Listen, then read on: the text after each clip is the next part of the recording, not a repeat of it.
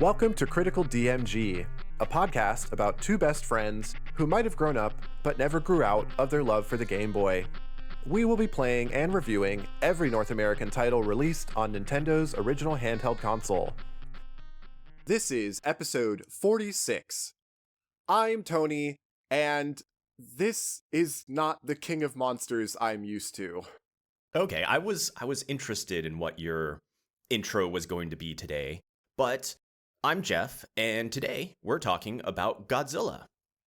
So before we get too deep into it, I'm not really that well versed in Godzilla. I have a very kind of top level familiarity or recognition of Godzilla. So I will do my best with the names. Toni and I did have a little crash course before this because Toni is much more familiar with Godzilla. I'll do my best on the names. I might get some of them wrong.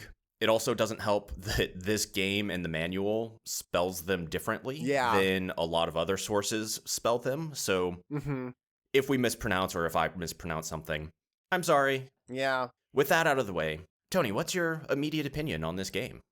I don't think so. I think my gut opinion is no. Okay.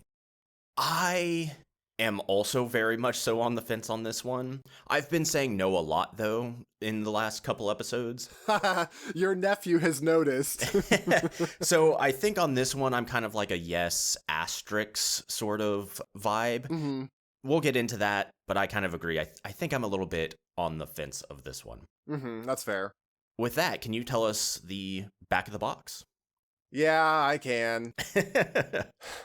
You're supposed to like Kaiju and Godzilla. Come on, where's the enthusiasm? I'm trying so hard because I have so much to say about how this game handles its Godzilla and things here, but I am trying to make sure that I take everything in stride and keep the show in its agreed upon format. So here we go. Back of the box, opinions and emotions in check for Godzilla on the Game Boy. Destroy all rocks and advance to the next scene. Somewhere among 64 scenes, Minya is confined. Do you remember that Godzilla had a little son? Minya is his name. He has been kidnapped by horrible monsters and confined to a great labyrinth called Matrix, which is overrun by powerful monsters. Can Godzilla rescue his son? Minya at stake. Godzilla. The end. Ooh. I feel like that. No, not ooh. No, bad. I feel boo. like that gets the point across.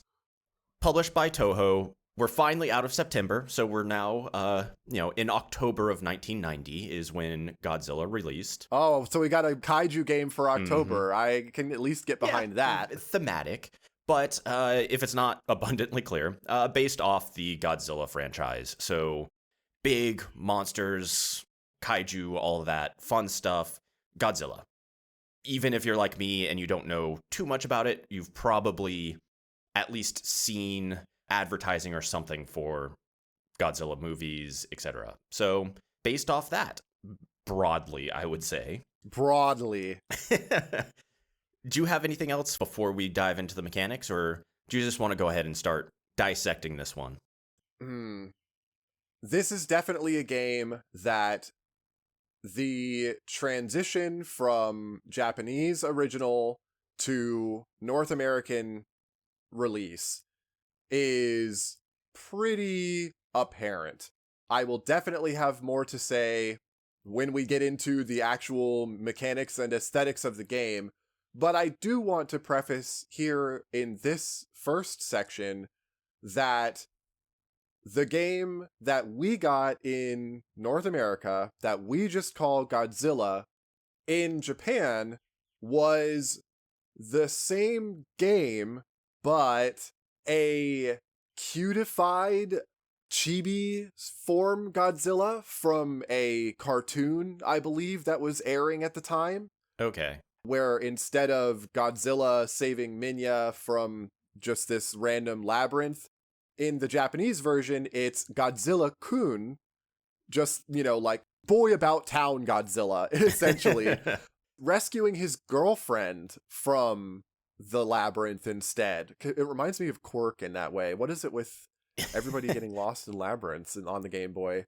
Yeah, they should just avoid it. Yeah, I did see some, I guess, of the Japanese art and was maybe a little confused on how that, tied in because it is quite different. Oh, yeah. But yeah, maybe we'll dive more into that in the creative section. But yep, as long as we keep that in mind, the game will make maybe at least a little more sense. With that, let's just dive into the mechanics.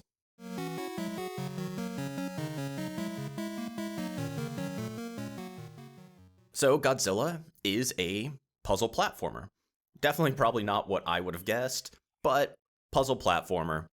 As the back of the box kind of said, your goal is to find Godzilla's son, Manila. I'm going to say Manila again. Sorry. Controls, pretty simple. Your D-pad moves you around, and B punches. Very simple controls. As you go through each level, your goal is to break the rocks, and there are a couple different ways to do that. Toni, did you beat all 64 scenes of the Matrix Labyrinth, or did you find Manila, or what was your gameplay like? No, I didn't beat it. I made it through 2 cutscenes worth of levels, I believe, before I got stuck on a puzzle and ran out of lives. Because one thing about this game that you kind of have to say right up front that really differentiates it from other games of this same sort of style is this one has an actual life counter and you can get a game over.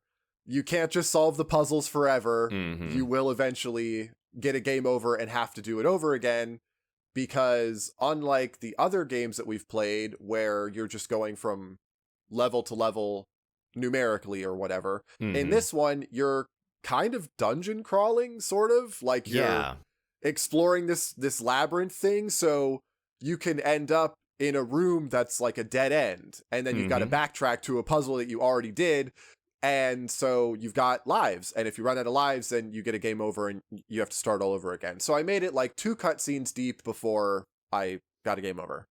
Fair enough. Yeah, it's kind of an interesting concept, I feel. It is. Each level, you're playing this puzzle game, which you can kind of lock yourself out of being able to solve it. Oh, yes. Which then you have to go back and retry, which takes a life. It's surprisingly easy to do, actually. Yes. They do allow you to, retry the level. Mm-hmm. But it takes a life, and I think you start with maybe 2 or 3. Oh, yeah, it's not a lot. A little punishing there, but you do get more lives as you go through. The bigger game is you going through kind of this maze that you don't know the different paths until you beat each level. So if you're on, level 1, you beat the level. In level 1, it's 2 arrows. 1 points to the right, 1 points down. And that takes you to level 2 or level 9, depending on, if you go to the right or if you go down. Right. You're kind of chaining these together to try to find Manila, which, spoiler, they're in scene 37. So you're trying to get to scene 37. I find that to be like a kind of interesting concept. It's an interesting concept, but not for this game. One of the first things that I thought when I was playing through this game, and it's only something that we would have seen because of how the chronology of the show functions, but we played Cat Trap. This game is like inverse Cat Trap. Instead of climbing over obstacles and stuff to destroy all the bad guys, you're dodging the bad guys to destroy the obstacles. Yeah. And that's so strange. It's so out of character, kind of, for like what you would think Godzilla ought to be doing. I have no problems with Godzilla punching.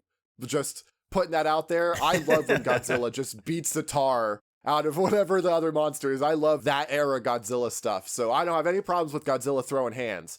But like, it just feels really strange for the goal of the game to be breaking these rocks, and then basically you have to navigate through the exits, and that also is kind of irritating because sometimes the exits are difficult to reach if you didn't solve the puzzle in exactly the right way, and it might force you to go backwards. Mm-hmm. I don't know. I understand what they were going for. Like, I don't necessarily think that the ideas in the game are bad. I actually do kind of think that the navigating of the labyrinth is kind of novel, but for a game about Godzilla, the way that things are implemented here, there's just something in my brain that is like not able to connect these wires in a way that is pleasing to me, I guess.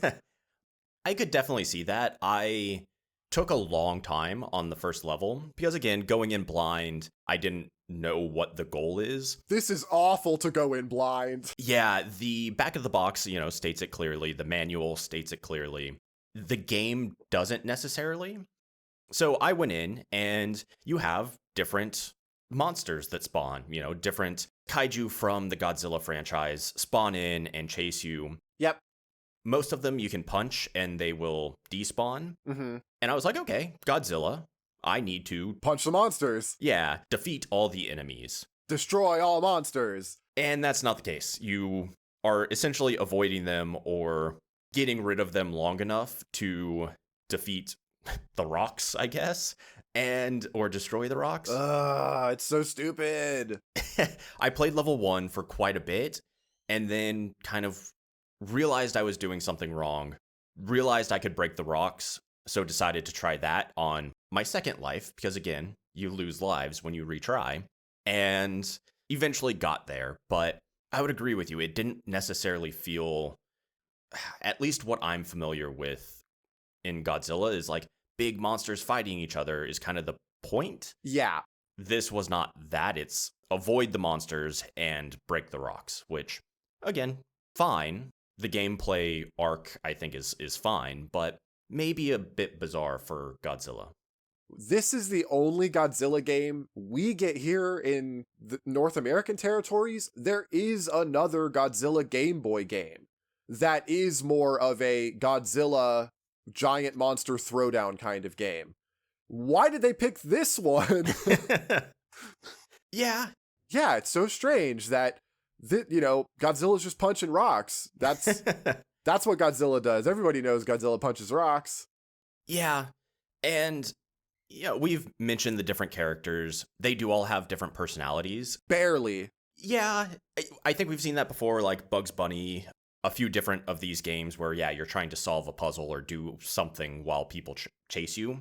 They feel like the Bugs Bunny enemies, actually, now that you say that. I never thought about that, but yeah, they do kind of feel almost exactly like the Sylvesters and stuff in that game. Yeah, exactly. So some of them will chase you quite relentlessly. Some of them, speed up. Anguirus, I think, speeds up when they're on the same level as you. Rodan flies, so can, essentially go through obstacles and fly through walls, I guess. Probably the most irritating of the bunch. 100%, yeah.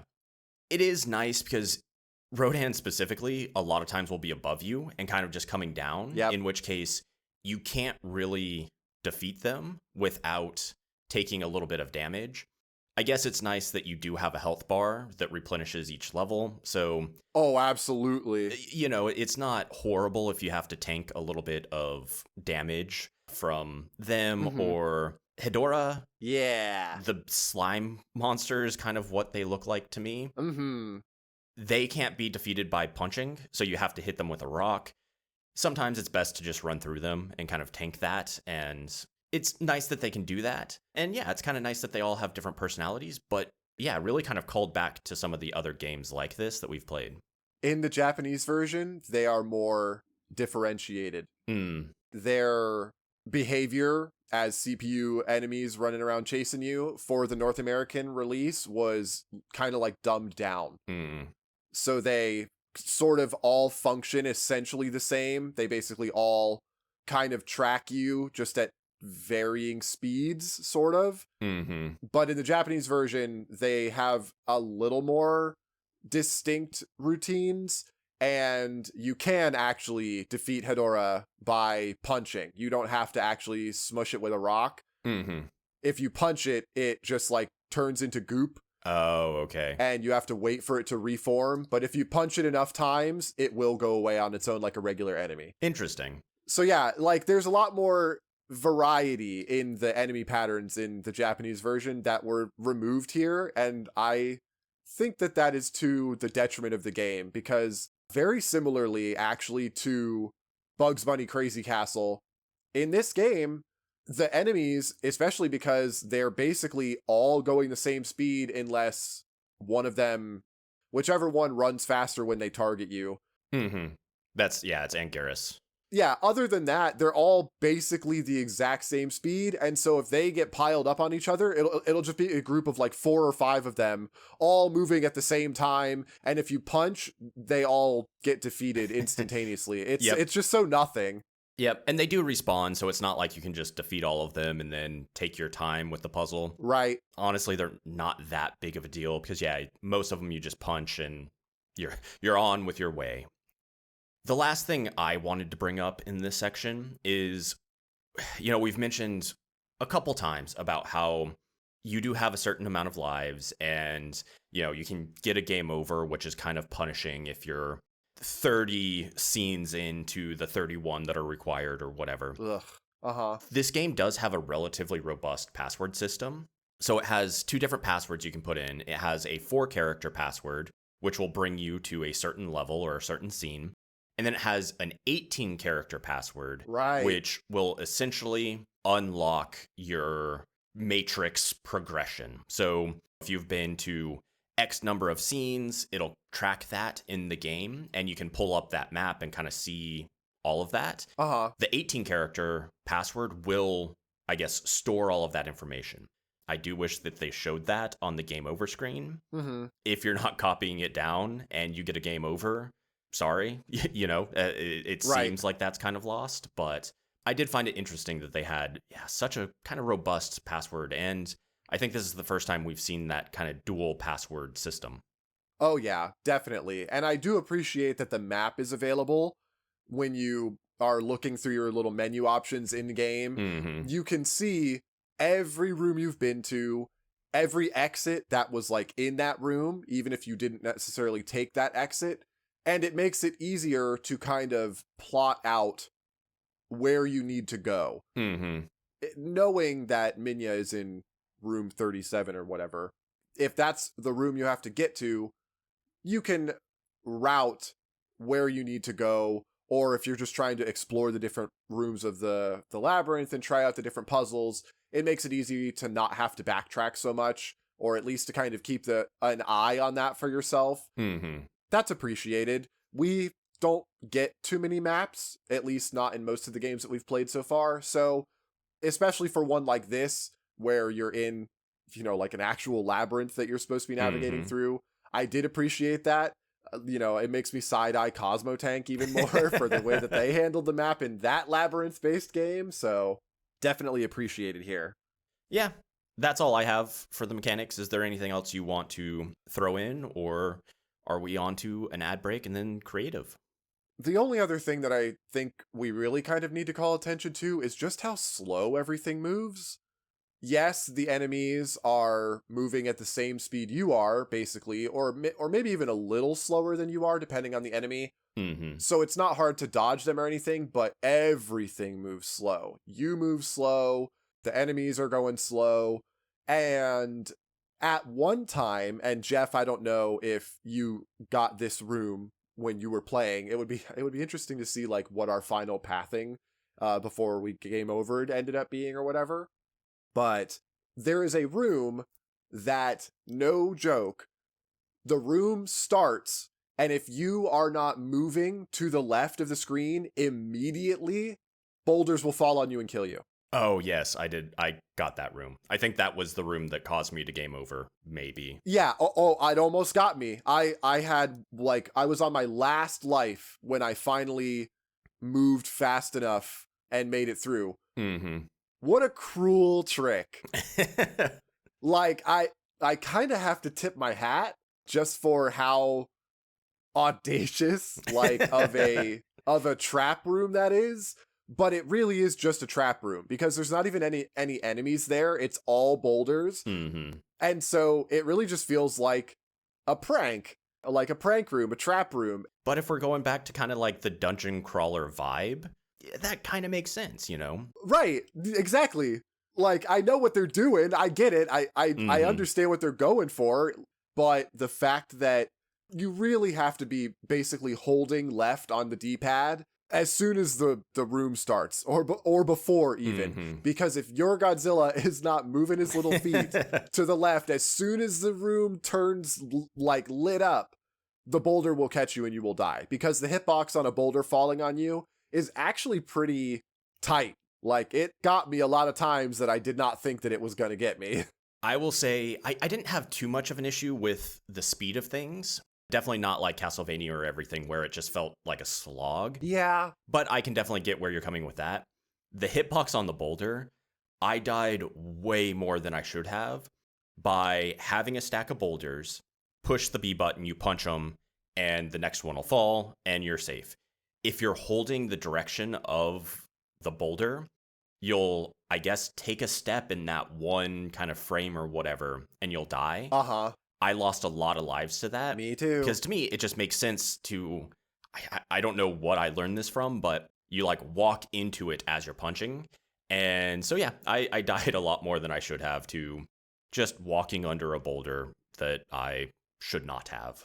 Yeah, they actually have some of the puzzles that are set up to specifically take advantage of the fact that you can hit a boulder from like more than, I guess, basically like half a block's distance away. And you're supposed to stand at like the farthest end of a platform and punch the boulder to get it to go where you need to go, because you aren't able to actually be up next to it. The game has puzzle design with that in mind. So yep. Like, you're not, like, obviously they intended for the boulder to really be able to get you, but man, I died more to the boulder than anything else. I think I agree with that. I think I died a lot more to a silly stack of boulders than any of the enemies. But that does it for me. I'm ready to move on. Yep. Let's take a quick ad break, and then we'll get back about all the fun creative discussion. Ad break.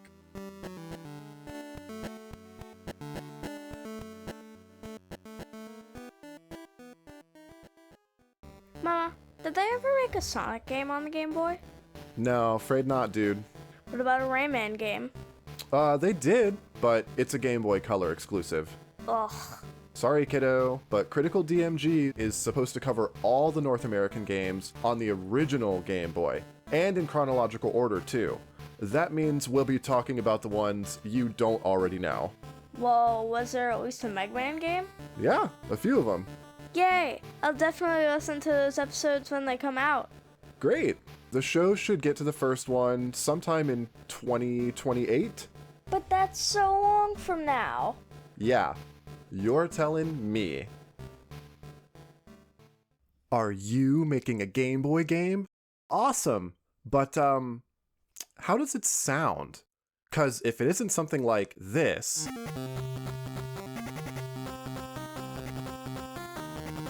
or maybe like this...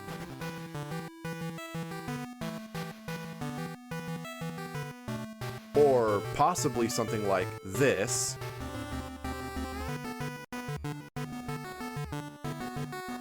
you might want to do something about that. And I know just who can help.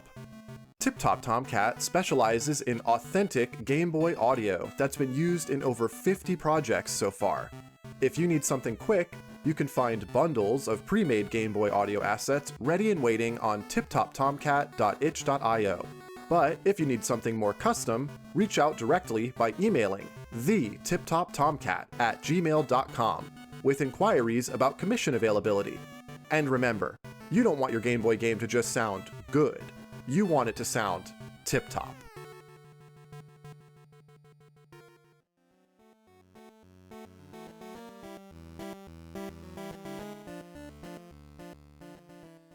And we're back. And we're Baragon. Does that work? Oh, no. We were almost bad last time. We're gonna have to. We'll get another one. Another good one will happen at some point. We'll get another bat at some point. Yeah, we'll keep our eye out for it. Man, the opening title track in this game sure sucked. I was really disappointed. I could feel what they were trying to communicate, like the Godzilla theme, the music. I don't know if it was actually the theme, like a rendition of the theme, or if it was just something more original, but it's awful. I wanted to like it. Me too. It was just a bit buzzy and annoying to me. I agree with you. I kind of liked the vibe that they were going for. Yeah. It just had maybe like this buzziness to it that was not fun or pleasant to listen to, which is kind of sad because I feel like a lot of the other music was like relatively solid. Me too. I don't know what it was with the title track because everything else was pretty good. Yeah, it does not set a good first impression. It's like literally the step above Wheel of Fortune from last time.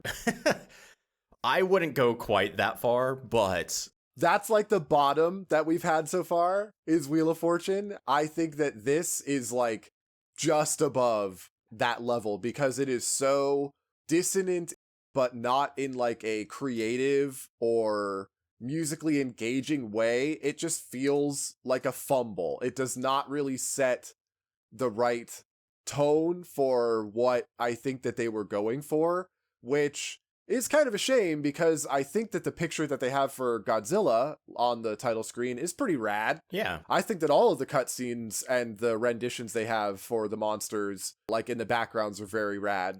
Honestly, I think most of the aesthetic stuff here is good. Like you said, the music in the game, pretty good. Especially the cutscene music, I think is almost the kind of ominous or like off-putting that I wish the title track had been, which is really strange that that's just where that track fits into, is just like the cutscenes that you see and not anywhere else. I feel like it would have been better off at the beginning. Did you happen to stay on the title screen for long enough to get like the little introduction playing for all the different characters? No. What? Okay, so I'll put this in my footage at the beginning, and I'm going to pare it down a little bit because it's a little bit long. But yeah, if you stay on the title screen long enough, it will kind of go through like a bit of a slideshow of each of the characters. And so it'll show kind of the more stylized or true to life, maybe, pixel art of them in the background. And then a little thing will come up at the bottom with their in-game sprite walking across and then their name. Oh, cool. And I loved it. That's awesome. Yeah, it was really, really cool. And I would say definitely flick your game on and watch that because it was nice. Oh, again, I will. I'll put like a truncated version in the beginning of my footage. So you've already seen that by now. But I just thought it was a very nice touch and like super, super cute and kind of got you to put the little sprites up against the, I guess, more quote unquote realistic looking version of each kaiju. And yeah, I just really like that aspect. I mean, those giant cutscene kaiju portraits are awesome. They are so cool. So I think it's all of those. And then, yeah, at the bottom, you get like a little ribbon of the in-game sprite walking across. Like I said, I only saw 2 of the cutscenes in the game. I did look at them after the fact. I found them, I think, on Spriter's resource. And I was looking at them after the fact because I was comparing the Japanese version to this North American release because I wanted to see what the differences had been in how they had portrayed these characters. And I don't know if you looked any of these up, Jeff, to see, but one of my favorite things about that version and why I really wish that it had been kept instead of the like tougher overall version that we got here is that all of the characters are wearing like sport jackets. Yeah, I noticed that in some of the screens that I saw or the images that I saw. Yeah. And it's not just like their art, it's like their sprites too. So, you know, Godzilla sprites got a little sport jacket, and the Baragon's got a little sport jacket, and Judas has got a little sport jacket. I love that. The way that the knot was tied between the thematic stuff in the game and the aesthetic stuff in the game makes so much more sense in the original Japanese one. And here, I want to like all of the Godzilla things that are in this game, but the music doesn't really make sense. It's, really kind of cute and like peppy, in the first levels. Mm-hmm. And it doesn't feel threatening, or you don't feel powerful as Godzilla. I don't know. That fist sprite is like just as big as you are. Right. So you clearly have a giant fist that you're throwing out there. Everybody knows that's Godzilla's like ultimate attack is the giant fist. It's not the atomic breath or anything, which that's another thing in the Japanese version. He's got his atomic breath. They took it out in our game. Oh, yeah. So like the thematic stuff is so much more there, and the aesthetic stuff here, trying to look at it from a strictly North American Godzilla property, whatever, of the time, not right now in 2026, but like trying to think of the Godzilla franchise in the 90s, because that's why a lot of the names and stuff I think are spelled in ways that you would not see them spelled if you were like looking them up on the internet today, is because this is from the 90s era. And so trying to think about it like that and be like, oh, is this what people would think of as Godzilla? This sprite, this depiction, this song in this game, and it looks like it, but if they were gonna do this, I wish that they would have gone even farther into this aesthetic that they tried. Like, if they're gonna take the sprites out of their little sport jackets, I wish they tried to make them more like menacing, or used darker colors for the backgrounds of scenes or something like that, because it clashes so much here in a way that I just really don't like. Yeah. I don't know if you showed me any of these sprites on their own, if I would pin them as Godzilla. Sure. I like them. I think they're all cute. I think they're exactly well done. I feel like they look more, honestly, kind of like the Pokemon sprites of, when you're in your inventory or something like that. Just kind of like generic dinosaur sprite. Especially because they kind of already are. It's just big lizard, big pterodon. I mean, Anguirus basically is just kind of like an ankylosaurus. So like, yeah, they do just kind of look like that. And yeah, I totally agree. If you were not told that this was a Godzilla thing and you were just looked at these sprites removed from whatever it was, maybe Godzilla. Maybe the Godzilla one you could be like, oh, okay, yeah, that's Godzilla. Mm-hmm. Oh, it's baby Godzilla or something, because it is kind of like pudgy, kind of like round. Yeah. But all the rest of them, it would just be like, yeah, they're dinosaurs. Oh, it's Godzilla in Dinosaur Land. Like, I think that brings me kind of to part of my thought of the wrap up, unless you have anything else specifically for the creative discussion. Nope. I talked about how awesome those cutscenes are. I actually do appreciate the little like dialogue that they throw out there, where it's just like, I'm king of the monsters, or whatever Godzilla says in some of the cutscenes. I think that's cute, but yeah, I don't think I have anything else to say. Although I did send you the link to Wikizilla's entry for this game, so you can see the Japanese sprites and like title stuff to compare. I just opened that. Then you gotta see their sport jackets. But going into my wrap up, like I said, I'm like relatively neutral on this. I think personally it's kind of a yes, because I think a lot of the gameplay is fine. It's like a fine puzzle game. The kind of dungeon crawler aspect I find interesting, but kind of to piggyback off what we were just saying, it could very much so be anything other than a Godzilla game. Right. Ninja Turtles, I feel, was maybe elevated a bit because it had the Ninja Turtle tie-in.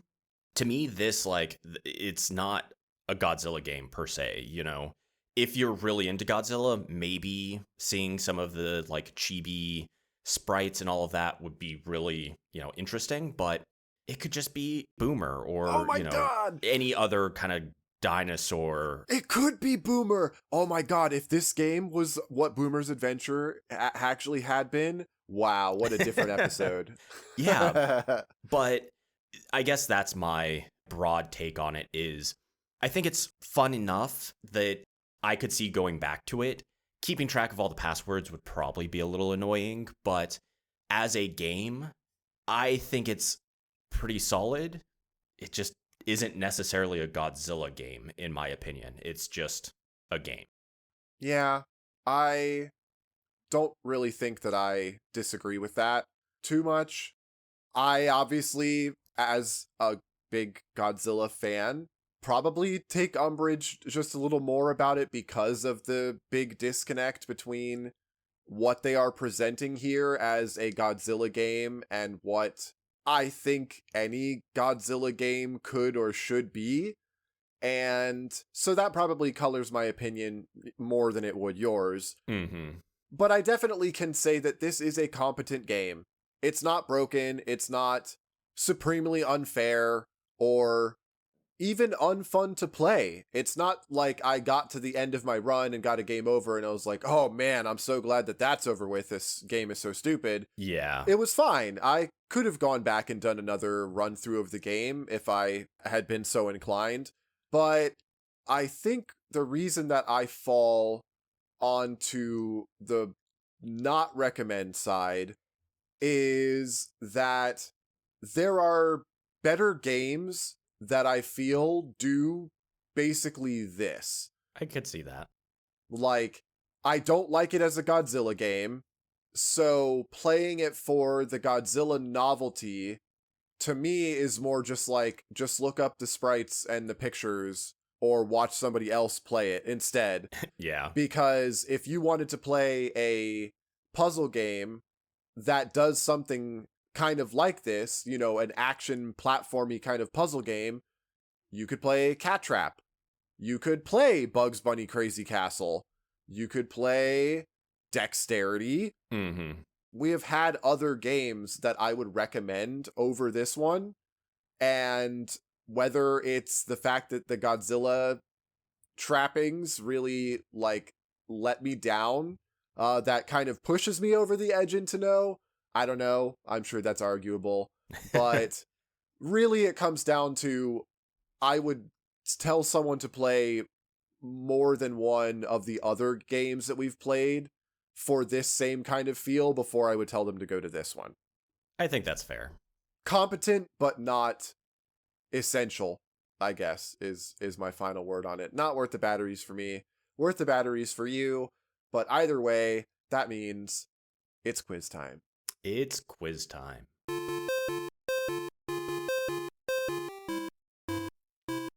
Currently at 81.7%. Ugh, Wheel of Fortune was not my best quiz. no. But we'll see how my kaiju knowledge is, and it's bad. I'm just going to throw that out there, but we'll see. Well, lucky for you, I may have gamed the quiz. Did I say that out loud? All right.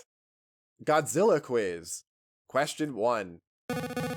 Hidden inside the game's continue function, via some alphanumeric kind of leet speak style passwords, one can actually uncover multiple different messages left in the code by the game's programmers. There's even different messages and passwords based on which version of the game you're playing. In fact, there are 4 messages total between the Japanese and international versions of Godzilla, but which of these was not one of them? A. An adorable message from a programmer to their loved one. B. A letter to a long-distance friend about not being able to visit. C. A rant about how weak and stupid Godzilla is in this game. Or D. A thank you note with a list of test players' names. C. So I actually found these codes and looked up at least the US ones. Oh, cute. They did work, which I found interesting. I don't know if you also plugged them in, but I did not see a rant about how weak Godzilla was. Nope, just mine. It is C. Let's go. Yeah, I made that one up because that's just the kind of note that I would have left in this game.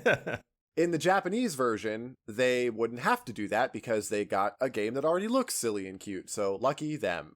The other messages are all real and include the programmer's message to, quote, the most attractive person they've ever met, a letter to Coates about how the writer hasn't been able to visit, a list of playtesters to thank, and a special thank you to the programmer's best friends who helped make the puzzles. And I gotta say, I love finding stuff like that. Yeah, I have no idea how anyone, back in October of 1990 would have remotely known that, but I guess that's kind of the point, is the dev probably, sent the codes to the appropriate parties, and, it was a fun little thing, but yeah, they were super cute, and I enjoyed them. Yeah, I was so tickled to find out that those were left in there. Okay, you got the first one right, so you're back on track to a good start. Let's hope. Question 2. We get to see a decent handful of kaiju from the Godzilla franchise in this game, even though they're really just some of the more recognizable ones for the time, in my opinion.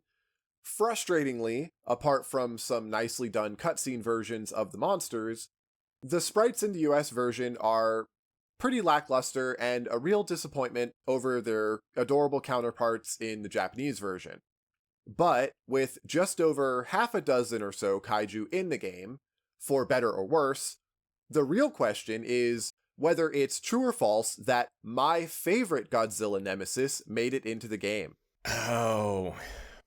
So we vaguely were talking about this episode beforehand. Uh-huh. And I jokingly said, because Mothra is like one of the only other characters that I know from the Godzilla franchise.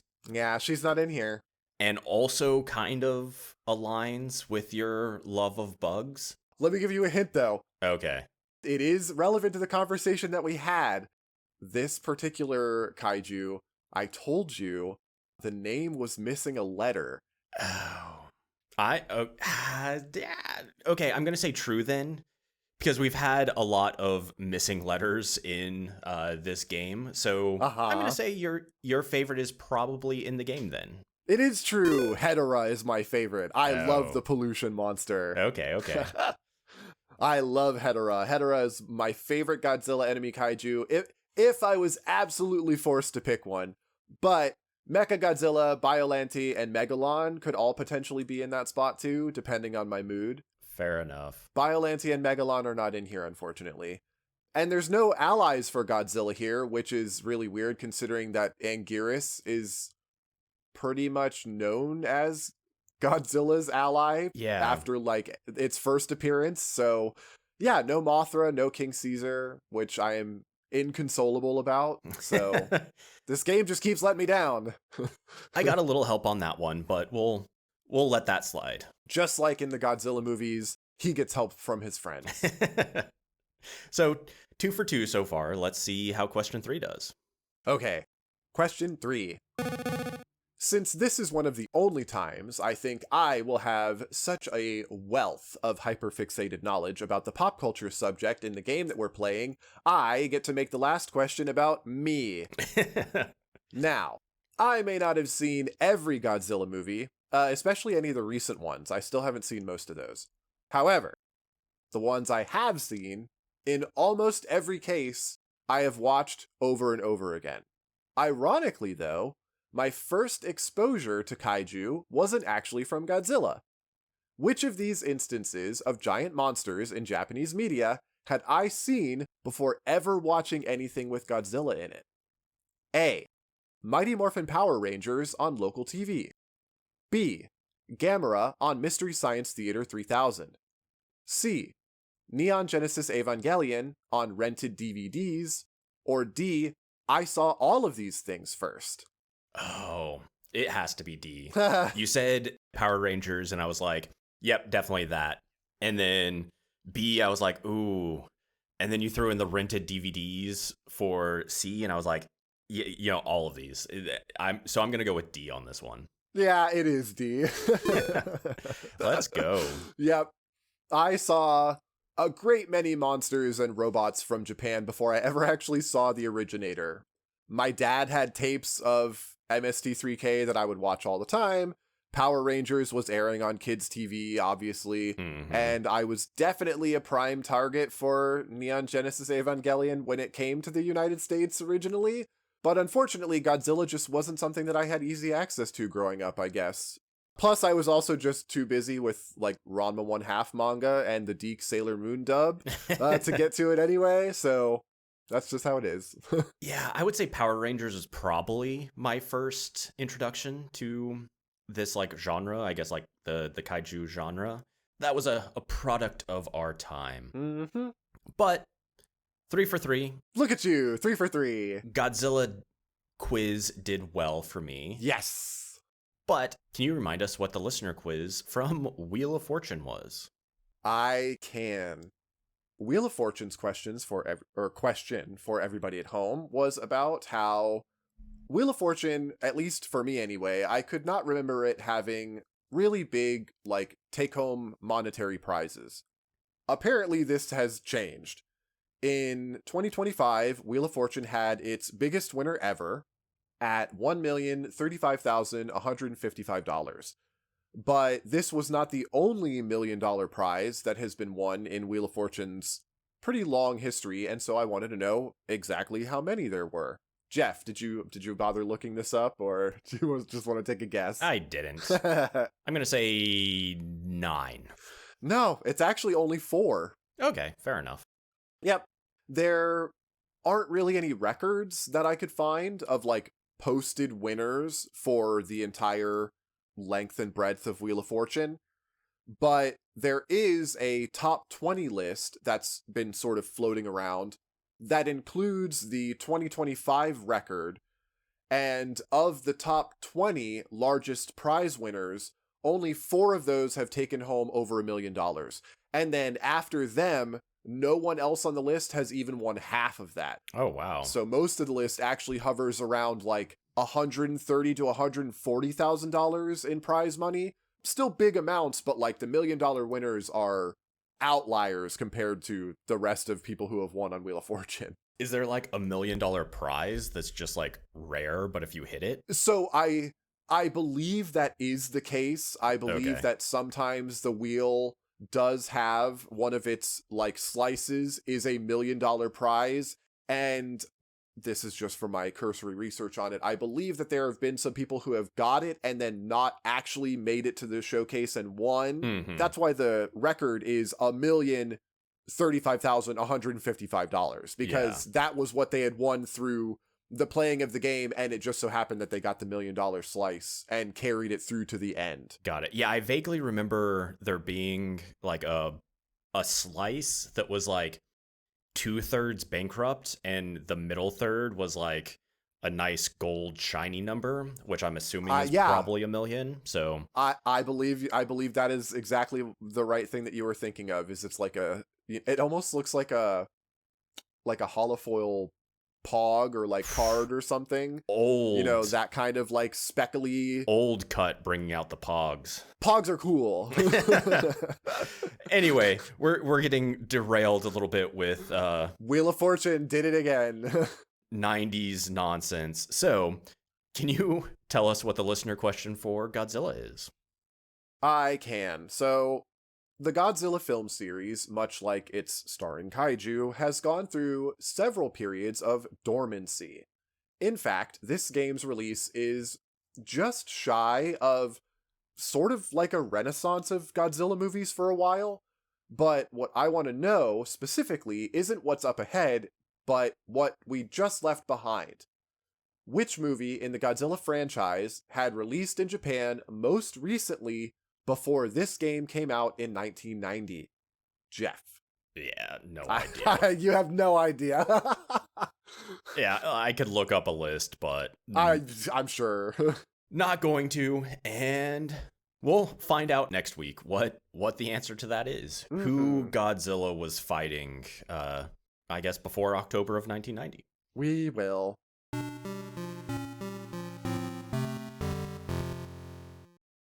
Thanks for listening to Critical DMG. If you would like to support us further, you can find us on Patreon at patreon.com/criticaldmgpod. Join us there for monthly newsletters and extra content. Otherwise, please leave a review wherever you get your podcasts, and maybe recommend us to your friends or anyone else you might think that would like the show. It really helps us out, and we appreciate it.